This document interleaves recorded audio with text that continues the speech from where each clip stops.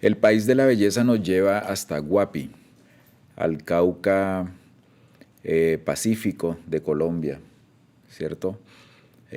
Para revisar las fiestas de la Purísima, una congregación cultural que lleva mucho tiempo de hacerse.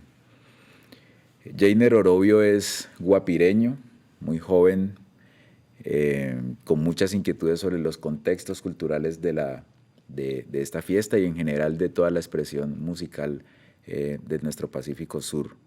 Jainer, bienvenido al País de la Belleza, bienvenido a este capítulo telepacífico. Muchas gracias. ¿Cuáles son tus primeros recuerdos ligados a la música y al folclore, o al folclore no, sino al contexto cultural guapireño? Bueno, mis primeros recuerdos, pues son, yo nací en el seno de una familia que hace música, un barrio donde hacía mucha música. Entonces yo creo que siempre está allí como que la imagen de uno en la retina, en la memoria, sobre los arrullos de las calles, sobre las fiestas que se hacían en las casas, sobre las músicas que se hacía en la iglesia, pues cuando uno estaba arrullando. Inclusive las músicas que se hacían para los políticos, a veces cuando llegaban. Y pues claro, la música en diciembre, como las balsadas, por ejemplo, también está siempre en la cabeza de uno, todos los días sonando, y eso es lo que hace que uno se sienta con felicidad y a veces sonría solo. Sí, de acuerdo. Yo tengo la sospecha que quien no conoce el Pacífico bien, porque tiene un acceso difícil, se imagina que Guapi está frente al mar, porque se habla del Pacífico. ¿En dónde está Guapi? Descríbenos geográficamente un poco cómo es Guapi, en dónde está ubicado. Bueno, Guapi es el municipio, hace parte también de la costa del Pacífico, está costeando el Pacífico. En la ruta que nosotros normalmente hacemos tenemos a Buenaventura, López de Micay, Timbiquí, luego sigue Guapi. Pero para guiarnos muchas veces es más fácil porque hay personas que no conocen, no han escuchado hablar mucho de Guapi, sino más bien de la isla Gorgona. La isla Gorgona hace parte del municipio de Guapi. Está al frente de Guapi, entonces si nosotros vamos al mapa y miramos el Pacífico, la única isla que está allí en el Pacífico grande es Gorgona y regresamos, ahí al frente está Guapi. Es muy fácil de llegar, asequible, pueden llegar vía marítima o pueden llegar vía aérea, ¿sí? Son 35 minutos en un avión y en Guapi van a sentir el calor no únicamente del Pacífico, sino que van a sentir ese calor humano que tenemos los guapireños, porque de verdad que es muy acogedor. Pero propiamente Guapi no está al lado del mar, ¿no? Está No, metido por el...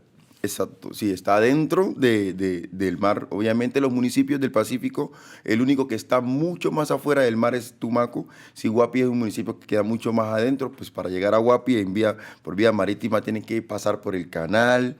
Sí, primero llegar a La Bocana, después de La Bocana pasar el canal y ahora sí llegan a Guapi, que está mucho más entre selva y mar, más bien, por eso le decimos a esos municipios que son de marea, porque el agua sube cuando pues, hace el cambio o baja, siempre corre hacia arriba y siempre corre hacia abajo. Entonces es un municipio que tiene el mar muy calmado, ¿sí? Pues porque es un encuentro entre el río y el mar. No está tan arriba del río, pero tampoco está afuera en el mar. Está más bien metidito. Sí. Yo recuerdo que uno en las horas de la mañana ve que el río pasa en una dirección y en las Exacto. horas de la tarde el río se devuelve. ¿Por qué? Exacto. Precisamente por eso, porque digamos que el de forma del río siempre trata de correr hacia abajo. Sí, pero cuando el Hacia agua abajo ya es hacia el mar, hacia el mar, buscando el mar, exacto, en horas de buscando la el mar. mañana. Sí, y cuando ya pues el mar, digamos que tiene sus momentos de cambio, pues pues, En horas de la tarde, en horas cuando la... bueno, muchas veces en horas de la tarde, otras veces en horas de la mañana, digamos, ese cambio que tiene pues el planeta, ya. Entonces, mira que el agua está subiendo. Por ejemplo, se nota más cuando estamos en marea, ya, o en aguaje, o en puja, como decimos nosotros. Sí, el agua corre mucho más rápido hacia el mar, sí, o corre mucho más rápido hacia el río. Y cuando estamos en verano, el agua corre y todo lo que va entrando es muy claro, porque el agua es salada. El agua es salada cuando estamos en verano fuerte.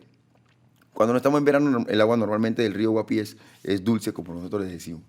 Bueno, y este es un territorio selvático, ¿no? Se siente mucho la selva, sí. ¿Para qué? Yo que vivo en Cali y vivo en Guapi, vivo en el territorio, no es que uno sea mucho del monte, pero siempre hace falta estar allá. De verdad que cuando uno va llegando, se siente esa emoción. ¿Sí? Y si es en lancha, pues uno a veces quiere tirarse al mar para llegar rápido, ¿sí? Para compartir con las personas. Pero esa selva, ¿sí? Cuando uno va entrando a Guapi, va entrando a la Bocana, se va encontrando precisamente con todo el manglar y ese olor de ese barro, ¿sí? Revuelta con el agua, y va llamándole mucho más la atención a uno y va como que atrapándolo, va como enamorándolo más. Hay ¿cómo pensás vos como planos sonoros, una descripción sonora? Yo, por ejemplo, siento que como hay como un sonido en plano general, descansado, pero por allá uno siente un motor que pasa y como que niños suenan, pero ¿cómo describís sonoramente Guapi? Eh, yo podía describirlo desde afuera, desde cuando uno está en las partes de afuera, el sonido de las olas, que uno está en una casa tranquilo. Cuando uno llega al pueblo y llueve fuerte, si el sonido de la lluvia en el zinc, o cuando uno sube a la parte de arriba y no hay motor, sino que hay un potrillo pasando, canalete, como paz. Es ¿Ya? como esa paz, o sea, dormirse con el arrullo de las olas No. afuera. Llegar o irse a Guapi, el pueblo, que llueva fuerte, y quedarse dormido con el sonido de la lluvia, ¿sí? O subir y nomás sentir ese del remo de un niño o de una persona que vaya subiendo, ¿sí? Y arrullarse con eso es paz. Sí. Nomás se disfruta. Sí, la lluvia es como, yo siento que es como la gotera, es como gruesa y pega duro, ¿no? En el Pacífico. Sí, y pues llueve permanentemente. Y llueve Llueve mucho. mucho. Nosotros ya nos hemos adaptado tanto a la lluvia que yo miro que últimamente los conciertos que hay en Guapi, Timbiquí, en todos estos municipios, la gente baila con lluvia como cuando no hay lluvia. Es normal, la gente ya perdió ese miedo a la lluvia.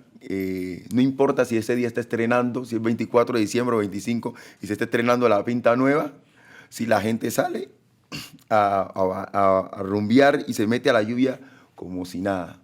Se lo goza. Se estrena el 24 de Se, diciembre. se estrena el 24 normalmente la gente estrena el 24 de diciembre y en Guapi el 7 de diciembre, 7 Ok, y 8, que ok, es la Purísima. que es la Purísima. Bueno, esto es un territorio afrodescendiente, ¿no? Nuestros territorios del Pacífico y el norte del Cauca y bueno, todas estas zonas de por acá, el mestizaje que hay acá, tuvieron como unas afluencias negras de diferentes lugares, ¿no? La del sur del Pacífico y Ecuador, del norte y de eso, ¿de dónde viene esta población? ¿Qué información tenés de dónde llegó esta migración o esta camada pues, de afrodescendientes? Bueno, yo creería que pues ya después de tanto trabajo de investigación que se ha hecho, podíamos hablar de que el Afro del Pacífico llegó pues precisamente para trabajar a las minas. Eso por un lado, sí, pero hubo muchos afros que formaron Palenque, sí, que pues pudieron escaparse y empezaron a bajar, digamos, de la parte alta de las montañas. Como por ejemplo en el caso de Guapi o de Timbiquí, podemos decir que por ejemplo en Saija, la parte alta en Timbiquí, en Saija, hubo Palenque donde nace el río Saija. Pero también podemos decir que en Guapi, en la parte alta donde nace el río Guapi, también hubo Palenque. Entonces son personas que se fugaron en su momento, pero hubo mucha influencia también del negro que llegaron en barcos, precisamente a trabajar a minas y socavones pues, a extraer el oro.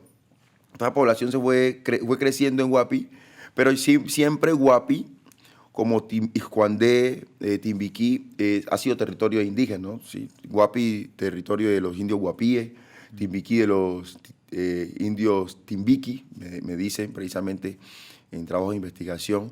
Y así, entonces tenemos todavía en los territorios muchos indígenas que están por allí, como están los Esperar hacia Pidara en Guapi, y que pues no se comparte mucho, pero estos últimos años sí se ha ido como haciendo esos pequeños intercambios culturales, tratando de que el indígena se sienta también muy dueño del municipio, porque ellos casi no viven en la parte urbana, sino en la zona rural. Entonces, que ellos lleguen con esa tranquilidad, que sientan que somos uno solo, ya como humanos y como territorio. Eso se ha venido generando ya en estos últimos años mucho. Pero sí, siempre creemos que esa fue como que la influencia del negro hacia las costas del Pacífico. Okay. Tú hablas de esa relación, ¿cierto?, de comunicación entre las familias indígenas y las afro, pero también, para llegar a nuestro tema, este asunto de la celebración religiosa de corte europeo, es un tema de un sincretismo ahí, porque el afro llegó con una cultura mística, digamos, distinta a esa, pero se celebra desde hace mucho tiempo una devoción a la Virgen, ¿no? El día 7 y 8 de diciembre. Sí, yo creo que en su tiempo, en su momento, un afro que llegó que adoraba, por ejemplo, a Shango, cerró los ojos y en las celebraciones de Santa Bárbara, sí, pensó más en Shango que en Santa Bárbara, pero siguió cantando la Santa Bárbara. Entonces, eso es lo que ha sucedido mucho con la Iglesia Católica, pues de alguna manera impuso la religión a los negros, pero nosotros, eso ha sido transversal, ¿no? Si nosotros sentimos mucho la religión católica, o sea, nosotros somos muy católicos en el Pacífico, si vamos mucho a la iglesia, y hoy que han entrado otras iglesias cristianas, hay mucha gente en las iglesias cristianas. Sí, uno nunca escucha, por ejemplo, hablar de Yemayá, Shango en el territorio de nosotros, sí, más bien en trabajos de investigación, pero sí se reconocen también nuestras deidades como deidades que hacen parte del territorio, y ha sido transversal, digamos, que ese tema de la religiosidad. Entonces, por eso, en Guapi, por ejemplo, Timbiquí, que ya está próximo a celebrar sus fiestas patronales, va a celebrar De Santa Bárbara, justamente. Santa Bárbara, sí, Changó, sí, Iscuandé, también Santa Bárbara, Iscuandé, que es la misma santa, sí, Changó sigue siendo. Guapi celebra la Virgen de la Purísima, ya que ya sería el 7 de diciembre en Guapi.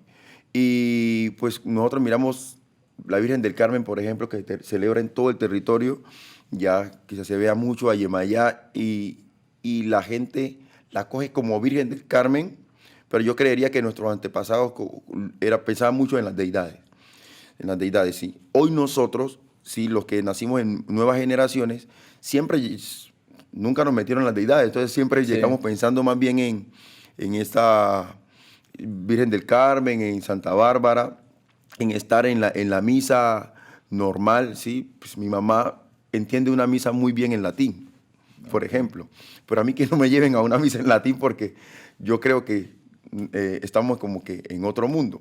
Eso mismo creería de mi abuela, de mi bisabuela, que sí sintieron un poco más estas deidades. ¿Cómo es la historia de este barco que traía una imagen de una virgen que por una tormenta no dejó, o más bien la tormenta como que indicó que tenía que quedarse en Guapi? Como dice la canción, se puso pesara y en Guapi quedó. Así es. Es muy bonita esa historia, porque pues, lo que cuenta es que una embarcación tenía una tormenta muy fuerte y le tocó entrar a Guapi, el municipio, y ellos por primera vez miran a la Virgen, a la Purísima, que era una virgen muy pequeña. Sí, yo fui monaguillo muchos años y alcancé a conocer esa virgen. La tenía muy guardada, ya se perdió, pues no la pudieron cultivar. Esa virgen esa Purísima llega a Guapi, y entonces cuando ya empiezan a adorarla con velas, velones y todo eso, al otro día que ya se vuela la tormenta, los señores pues necesitan llevarse a su virgen porque era de ellos Y la virgen no se movía por el peso, era muy pesada, era pequeña, pero estaba muy pesada. Entonces dijeron, no, pues nos tocó dejar esa virgen, pero para dejárselas se la vamos a intercambiar en oro. Entonces dijeron, bueno, listo, claro, si la virgen es muy pesada, el mismo peso de la virgen es el mismo peso del oro. Entonces pues la gente empezó a buscar mucho oro para dejar la virgen ahí, la gente de Guapi. Y cuando ya fue la hora de pesar la virgen, y con el oro, la Virgen estaba súper balsuda. Entonces, les tocó dejar la Virgen y llevarse muy poquito oro. Sí, y eso es con la historia que se cuenta precisamente en Guapi. Guapi ha tenido situaciones en la historia. Una vez dicen que llegó una ola y venía una ola, era como un tsunami, a Guapi. Y estaba la Virgen de la Barbanera. En Guapi, antes de llegar a Guapi, también hay una pequeña isla que es la isla de la Barbanera. Y dicen que la Virgen de la Barbanera dividió la ola. ¿Sí? Entonces se redujo la ola, que venía muy alta, y sacaron la Inmaculada, pues la Virgen, que llegó hasta la del parque. Y esa Virgen, la ola llegó simplemente hasta donde colocaron la Virgen.